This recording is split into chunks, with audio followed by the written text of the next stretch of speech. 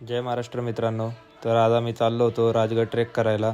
आपल्या मंथन भाऊची खूप दिवसांनी इच्छा होती की आपण राजगड ट्रेक करायला जावं आणि तिथलं नैसर्गिक वातावरण बघावं. तर आज आमची ती इच्छा पूर्ण होती आहे. थोडंच पुढं गेल्यावर आम्हाला एक अनएक्सपेक्टेड व्ह्यू बघायला भेटलेला आहे. तो व्ह्यू बघायसाठी आम्ही खास थोड्या वेळासाठी थांबलो आणि आम्ही तो व्ह्यू बघितला. हा बघा, हा तो व्ह्यू आहे. हा व्ह्यू बघितल्यावर आम्हाला खूप आनंद झाला. तो व्ह्यू बघून झाल्यानंतर आम्ही लगेच निघालो राजगडकडे. थोड्याच वेळात आम्ही राजगडच्या पायथ्याशी पोचलो. पायथ्याशी पोचल्यानंतर आम्ही वेळ न वाया घालवता लगेचच ट्रेकिंगला सुरुवात केली. सुरुवात केल्यावरच आमचे स्वराज वांजळे हे खूप जोशमध्ये चढत होते. पुढं गेल्यावर आम्हाला हा सुंदर असा व्ह्यू बघायला भेटला. त्यानंतर सर्व आम्ही व्ह्यू बघायला थांबलो. व्ह्यू बघून झाल्यावर आपले अमन शेठ हे म्हणले की आपले 2-3 फोटो काढून घे. मग त्यांचे 2-3 फोटो काढले. नंतर आम्ही परत किल्ला चढायला घेतला.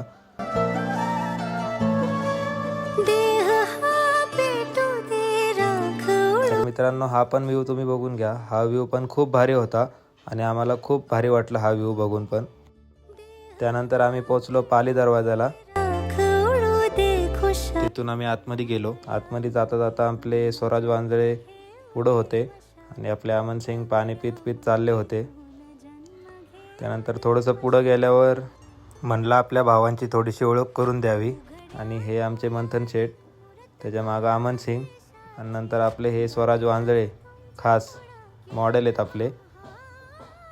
त्यानंतर आम्ही किल्ल्यावरती पोचलो.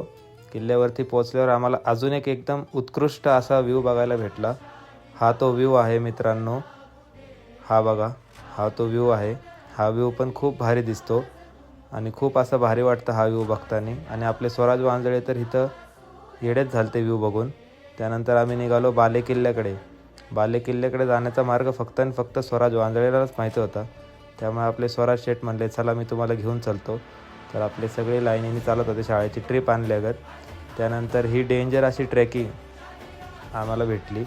मग आम्ही हा ट्रेक करता करता पण स्वराज वांजळे पुढं होते. म्हणले की मला माहिती आहे कसं चढायचं, मग आम्ही चढतो. त्यानंतर मग आम्हाला बालेकिल्ल्यावरती गेलो. आम्हाला हा व्ह्यू बघायला भेटला. जिथं धुकं वगैरे सगळं गडावरती एकदम स्वप्नासारखं बघायला भेटत होतं. हे बघून घ्या मित्रांनो. त्यानंतर आम्ही हत्तीनेडाकडे गेलो. हत्तीनेडाकडे गेल्यावर मग हा बघा व्ह्यू.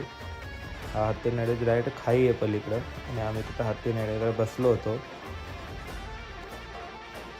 त्यानंतर आम्ही खूप दमलो होतो.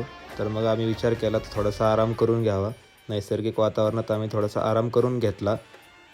त्यानंतर आपले मंथन शेठ म्हणले की चला आता आपण जाऊयात. आता आपला किल्ला फिरून झालेला आहे, तर आपण आता खाली उतरायला घेऊयात.